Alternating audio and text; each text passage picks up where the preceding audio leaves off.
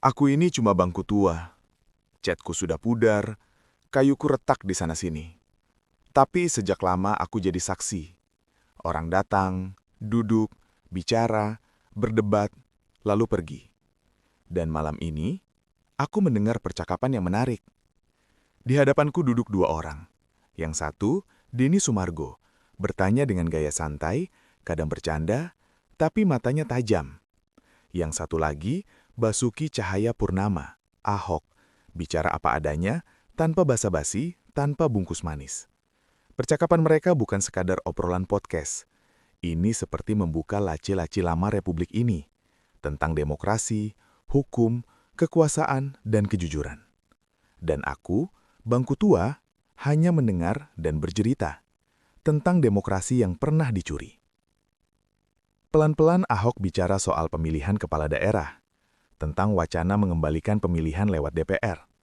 Ia tidak marah, ia tegas. Kalau pemilihan lewat DPR, katanya, itu merampas hak rakyat. Ia bukan bicara teori, ia bicara pengalaman. Ia pernah keluar dari partai politik karena isu ini. Karena baginya, demokrasi bukan soal efisiensi elit, tapi soal hak rakyat memilih pemimpinnya sendiri. Katanya begini, kalau pilkada langsung dianggap mahal, penuh oligarki dan uang rawan, yang diperbaiki sistemnya, bukan dicabut hak rakyatnya.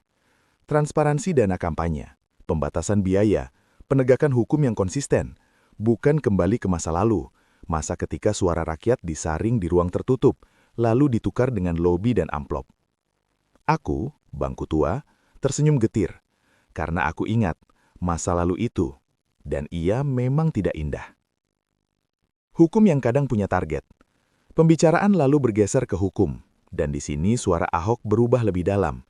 Ia bicara tentang hukum yang seharusnya jadi aturan main, tapi di negeri ini kadang berubah jadi alat bidik.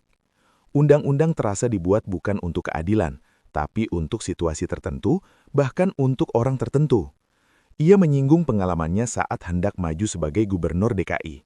Bagaimana tafsir hukum bisa lentur, presiden bisa berubah, asal tujuannya tercapai. Hukum, kata Ahok, seharusnya konsisten.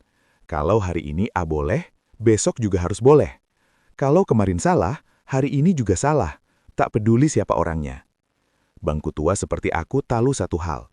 Kalau hukum kehilangan konsistensi, yang tersisa hanya ketakutan dan ketidakpercayaan. Tentang UU perampasan aset, pisau bermata dua. Lalu muncul topik yang sedang hangat, Undang-Undang Perampasan Aset. Banyak orang mendukung. Bagus buat berantas korupsi, kata mereka. Ahok tidak langsung menolak, ia justru bertanya, memangnya selama ini kita tidak bisa menyita aset koruptor? Tipikor ada, TPPU ada. Menurutnya, masalah bukan di kurangnya aturan, tapi di keberanian dan konsistensi penegakan hukum. Ia mengingatkan, UU perampasan aset bisa jadi pisau bermata dua.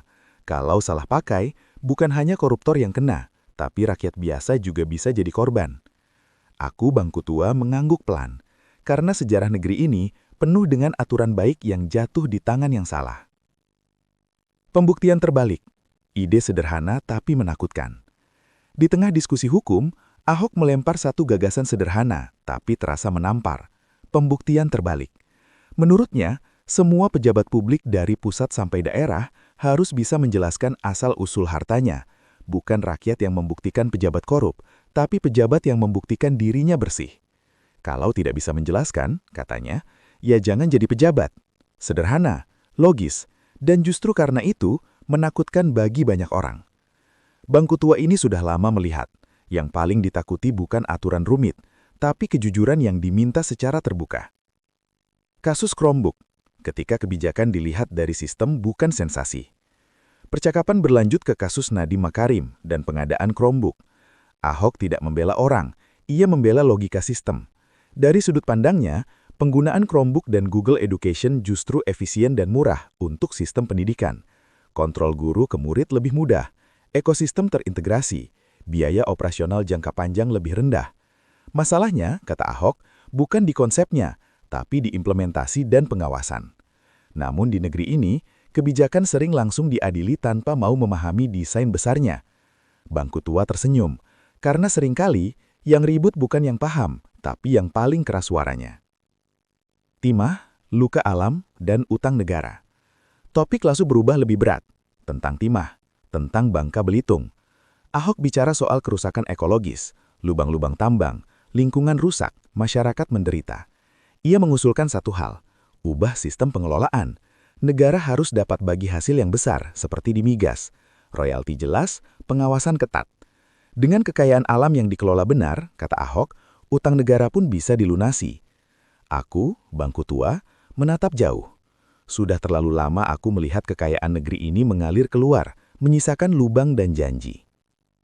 Tentang kepercayaan, nafas sebuah negara. Di bagian ini, suasana berubah lebih filosofis. Ahok mengutip Konfusius, kepercayaan adalah fondasi negara. Tanpa trust, tentara kuat pun tak cukup. Ekonomi besar pun rapuh. Kalau rakyat sudah tidak percaya, pemerintah tidak bisa menutupinya dengan buzzer, narasi buatan, atau pencitraan. Yang dibutuhkan hanya satu, kejujuran. Akui salah, perbaiki, komunikasikan dengan tulus. Bangku tua ini tahu, rakyat bisa memaafkan kesalahan, tapi sulit memaafkan kebohongan yang diulang. Harapan di tengah kerumitan. Di akhir percakapan, Ahok tidak pesimis. Ia tahu Indonesia rumit, beragam, penuh kepentingan. Tapi ia percaya satu hal, masyarakat sekarang lebih cerdas. Rakyat mulai bisa membedakan mana pemimpin yang bekerja, mana yang hanya pandai bicara. Mungkin prosesnya lambat, mungkin jalannya berliku, tapi harapan itu ada. Aku, bangku tua, tetap di sini, mendengar, menyimpan cerita. Karena suatu hari nanti, ketika generasi baru duduk di atasku, aku ingin berkata, pernah ada masa ketika orang-orang masih berani bicara jujur di ruang publik, dan dari kejujuran itulah, harapan tidak pernah benar-benar mati.